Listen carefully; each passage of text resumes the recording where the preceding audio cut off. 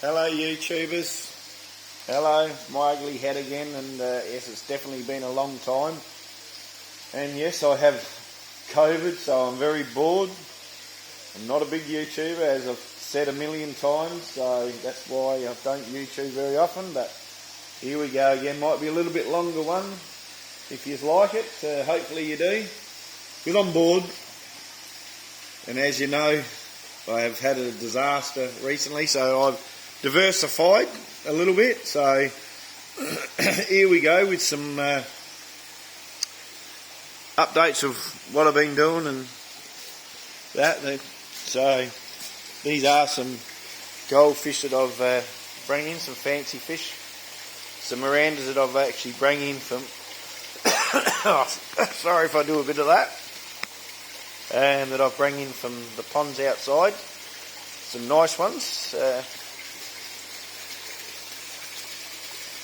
some beautiful ones that survived the white spot disaster. This is absolutely beautiful.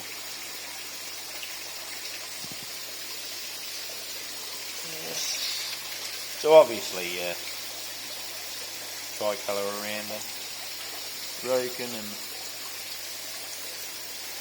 the white butterfly telescope. Scouted out a panda for a long time. Now I've actually turned the air off because a lot of people complain that the air makes too much noise now. I don't know if they want to come up.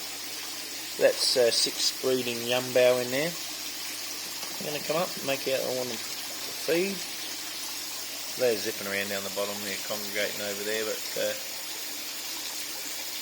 they're probably about 18 months old, perfect age for breeding. But yeah, zipping around there. Yep, beautiful.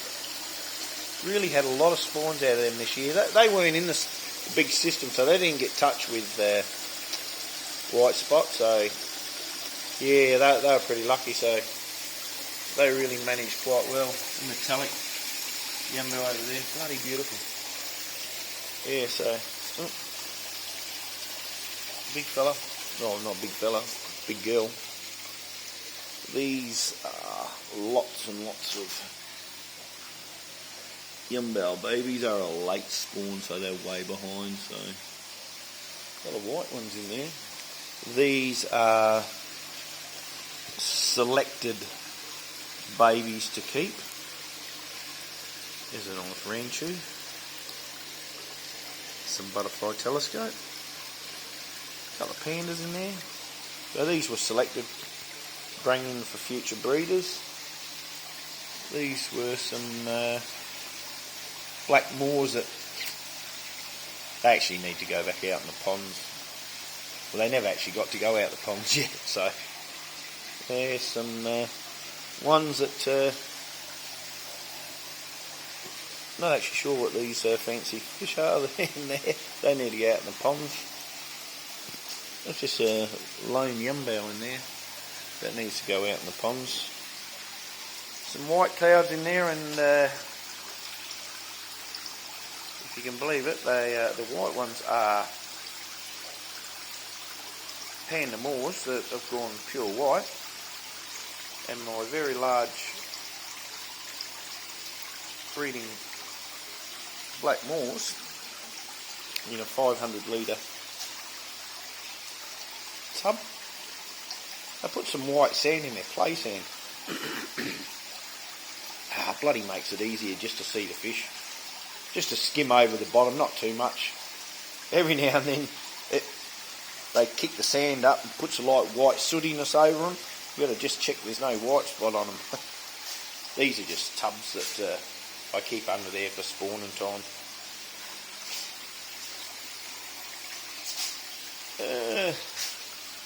Pearl scales, they'll come out of there. They'll go in these tubs when these, as you see, these a bit yucky, they need cleaning out. So that, as I said, I'm a bit light on my breeders at the moment because I lost 70% of my breeding stock. I'll take you over and have a look at all the young coming through later. Just luckily I bred a lot of fish, sorry, Oh, not doing real flash. So, obviously, I've diversified a lot and not putting all my eggs in one basket, because all I used to do was breed fancy fish. So, I now have cherry shrimp in here. I will not be keeping mobs of tropicals, but what I will be doing, I have blue dreaming shrimp in here, which I just seen one right there, which don't need tropical, obviously. There's one right there.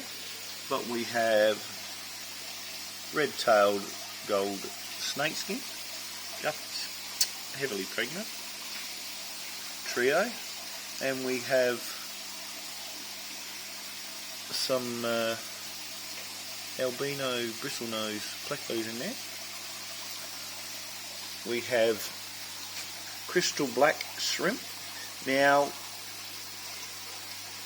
the person I got these off of have managed to breed them in the same water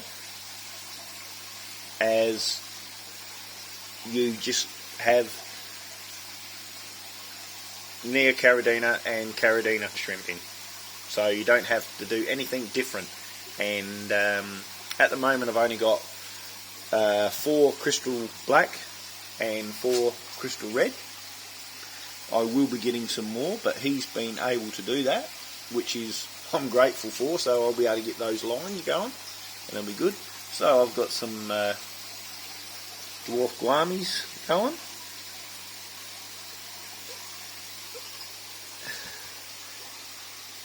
Dumbawees. I'll get another line of guppies for in here. Now, I am trying something. I started it in summer.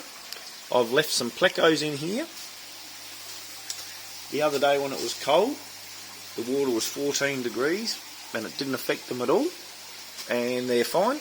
At the moment it's 18 degrees because it's a nice warm day today, or 19, sorry, and obviously so there are no worries in that, but 14 degrees and the plecos seem to be still fine. So, bit of a myth buster, so we'll wait and see how they go. They are Yumbow babies in there, no heater. These are red tuxedos in here, and lots and lots of red tuxedo babies. Day after I brought the trio, come home and she dropped about 20 babies for me, so I thank you very much.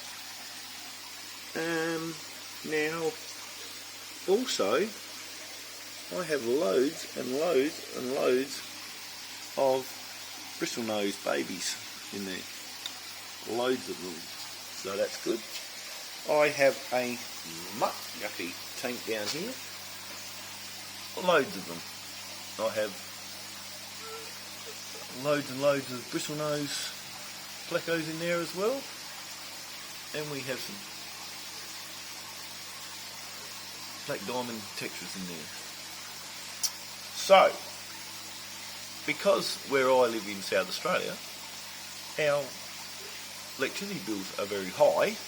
If anybody watched my videos, they all know that I run all my system off of battery banks and solar to reduce the costs of electricity. So what I'm going to do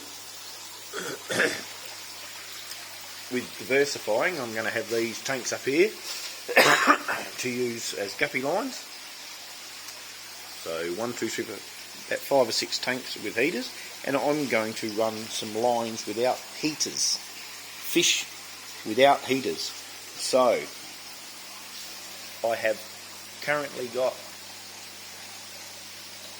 some sunset platies. Now they gave birth, the day they gave birth to babies was 13 degrees. So that tank's ready. Now the reason I've only just started to do these tanks, and the weather has started to get cooler here, so I haven't been excited, and I was a close contact, then I got COVID, so I haven't been able to get things, so I've actually been doing the tanks while I've been close contact and COVID. So put some stuff in the comments if you want to see some different sorts of fish in that. So most of these cold water stuff will have cherry shrimp, some blues and some yellows and some reds in them. Why not? So I'm thinking of some zebradenios, some barbs, some. I have a friend that also he's done swordtails outside in cold weather for the last couple of years, so I might be able to acquire some off of him that's already done cold water. So that line will be good in these tanks. And so the paradise fish, they don't mind cold water, so that'll be good. So this tank's all ready to go. Been a few weeks done, or maybe a week, all done up and ready to go. For some, maybe some hill stream loach on the bottom with, maybe some, I don't know. Put something in the comments for me. But I wouldn't mind to get some hill stream loach. Bloody hard to find where I live though. Yeah. So, and we've got this tank. Put a bit of PVC with a hole in there. All done up nice. Tell me what you think of the tanks that I've done too. So no heaters. These are all cold water. So they're 3 foot, those two. So this is a 4 foot. Bit of tannins coming from the timber I put in. Too big to boil. So, as I said, the air's off, so don't worry about that. So this tank will be done when I'm feeling a bit better. So they all come out, pearl scales. Once I do these tanks, clean them all up, pearl scales will go in here. Ranchus will go in there. So it's better for swim bladder if ranchus and pearl scales and stuff like that are in only about 300 ml of water, a little bit more, maybe that's about it. Less chance of them getting swim bladder. But yeah, I want to put some anubis and some more other plants in them yet. We've got to get there. It's a work in progress yet, so. And I'll put a light over top. I use 12 volt lights, you know, like camping lights, and the plants seem to stand up and don't mind. They survive alright. I don't mind them. Yeah. Shoots coming up. And they just run straight off the 12 volt battery from the solar. So yeah. Yeah, zipping around alright.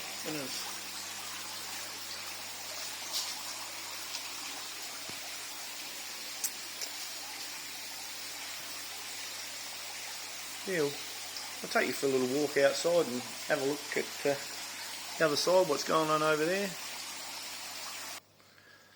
Oh, here we are, over the other side. These are more that I've put out with me having that disaster, so I've kept a heap pack. Sorry about the short breath, but there's heaps in here to pick from yet.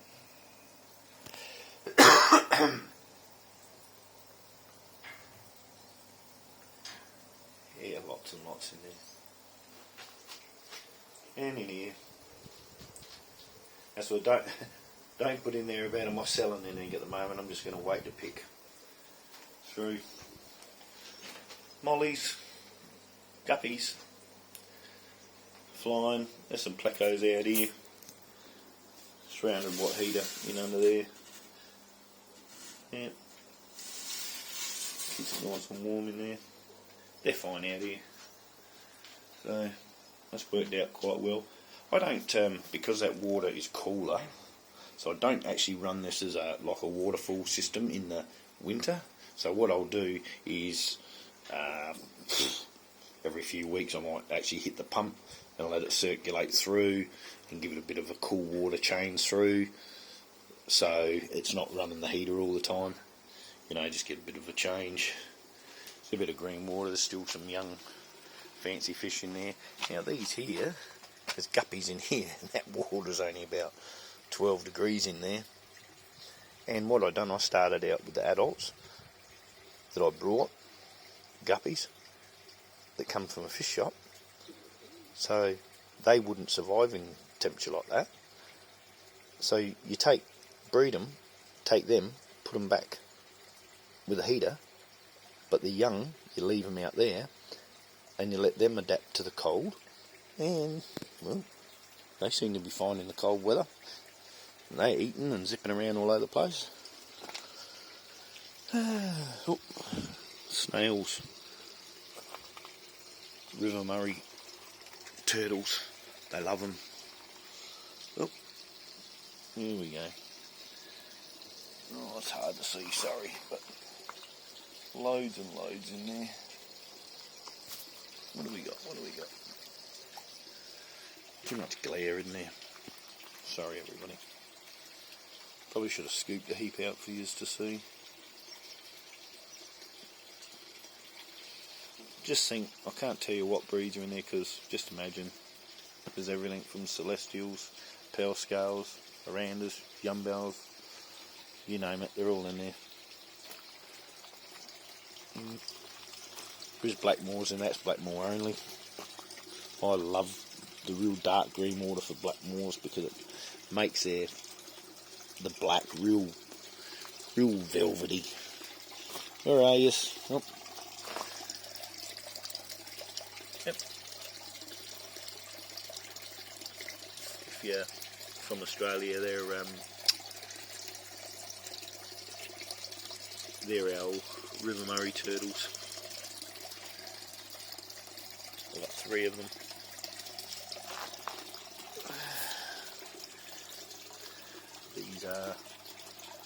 Some of these are short-tailed ones, and that's a nice oranda there. So some of those can be sold. Nice orandas going through there. Some of the short-tailed ones, people either buy them for feeder fish, or sometimes I sell them to young kids that want just a cheap fish.